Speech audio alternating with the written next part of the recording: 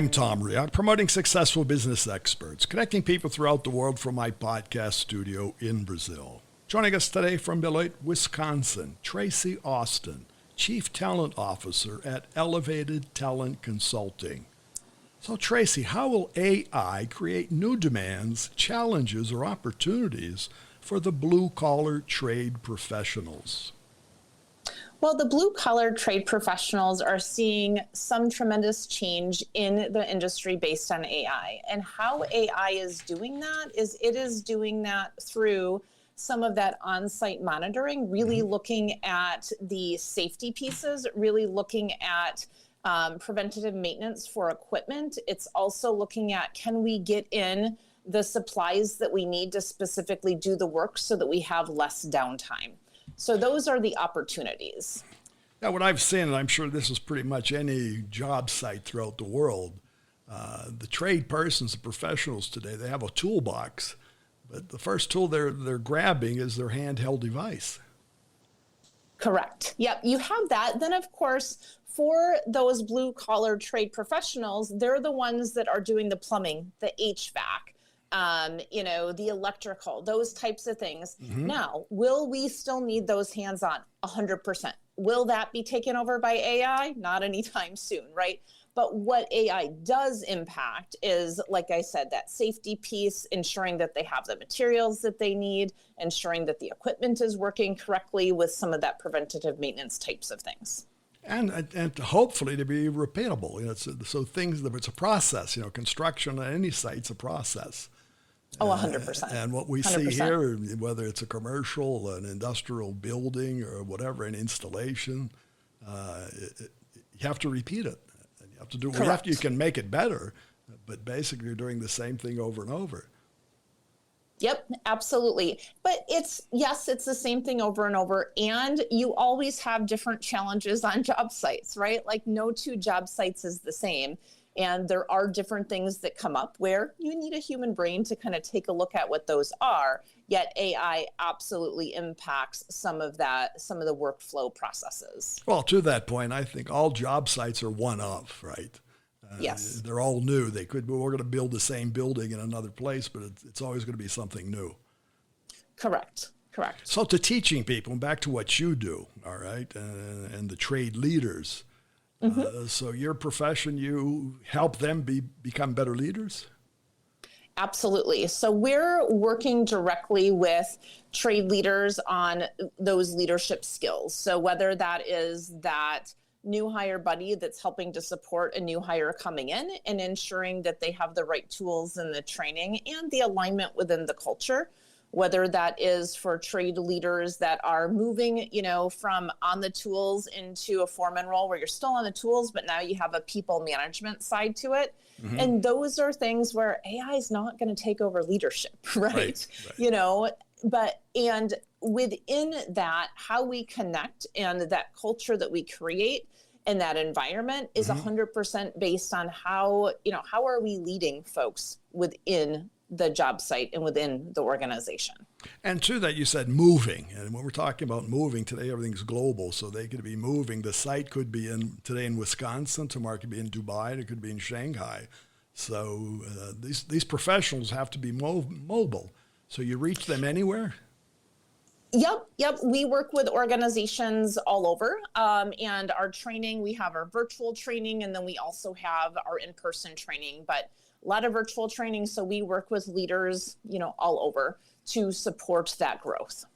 And so you do see there are demands, but you do see there are opportunities, and AI is going to be creating more opportunities in the trades. Yeah, I do believe AI will 100% create opportunities. McKinsey did a study and found that AI will increase, productivity by about 20%.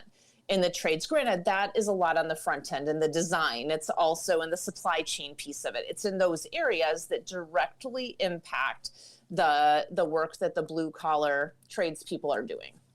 And well, I see that here. The logistics part of having everything on site in a timely fashion Correct. is probably maybe more important than having the right persons on the job site. Things have to arrive, because most job sites just, they're finite.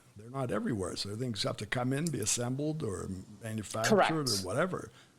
Correct. So that part really goes down to the bottom line, to the person, boots on the ground. So to ensure that they have the materials in order to do the work 100%. And they can see and follow their Excel or whatever and see how things are coming and interact with systems. Correct. Yep. And I think that that's one of the things that's so incredibly important is knowing, do we have the materials? Where are my plans? What's following? And construction sites are very complex because you have many different subcontractors. It could be HVAC, it could be electrical, it could be plumbing. It could be the installation for your windows. It could be your flooring crew, your roofing crew, right? Everything is a process that is somewhat dependent upon what is in front of it, and then you've got your permitting piece. So there's a number of things that go into this to ensure that those builds happen, that they happen on time and in budget with the right materials coming in. That's where AI can be incredibly impactful. And helping all of these different trades work amongst themselves together. Correct. Because they're basically, at times, they're all together on the site. Yep, there absolutely are. So there's that communication between the different PMs and what that specifically looks like. And there's leadership that's not just within an organization, but it's cross-functional to the other subs that you're working with. Very good. Well, I saw on your site somewhere you have a Tough Talk blueprint. Quickly, what is that?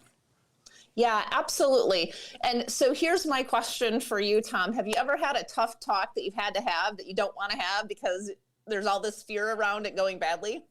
I wouldn't say every day, but years ago when I was in a leadership, it was at least weekly. Yeah, absolutely. And so what we're equipping leaders to do with our Tough Talk blueprint is it's really looking at how do we have these conversations in a way that supports the other person that we're working with. And, when we're first talking, and sometimes the question is, well, I don't know what tough talk I need to have. I go, well, what are all of your complaints? Like, what are the things you're complaining about on a daily basis, right? And so if we look at our complaints are just a poorly worded request. Well, you're reminding me, and I think it's funny because on job sites, and I've visited hundreds of them here in Brazil, in my previous profession. But after the morning coffee, that's when the tough talk needed to start because all of the different trades were complaining at the same time about the other group of persons. Of course they were. It's like this finger pointing thing, right? Right. And so, if we can figure out what requests do we actually have, and then let's go have that conversation about it, we're going to be able to move the productivity forward. We're going to be able to ensure that there's not all this gray area of one person not knowing what the next person is doing. And so we have 6 steps to this tough talk specifically for trade leaders and blue collar. And that first is to, start with the intention. What is the intention of the conversation? Well, guess what? You were just complaining about something and that complaint, there's some request you have. So that, can be your intention. The intention is that we, improve our communication with the HVAC crew so we can get XYZ done. Right. And maybe it's, improve that relationship, whatever that is. And then that second step is to set the tone and to lead with respect. I hear so many conversations. It's like, hey, why the heck didn't you do that? And it starts out that it puts somebody in this defensive posture. We're never going to have a productive talk if I'm already on the defensive before, as you're walking up to me, right? And so, we need to ensure that we're leading with that respect and honesty for what they're doing, because a lot of times we can't do it without them, right? We want to look at facts. There's so often that we will wrap a story around something versus just the facts. I was coaching an individual yesterday, and he's like, well, this manager of mine always does this and this and this and this. And I go, how many times has he actually done that? Right. Well, 2 in the last 6 months. Yeah, see. Said, is that always? Well, we have weekly meetings. I said, okay, so 6 months times 4, that's 24, and it's happened 2 times. Not so bad. Okay. Yeah.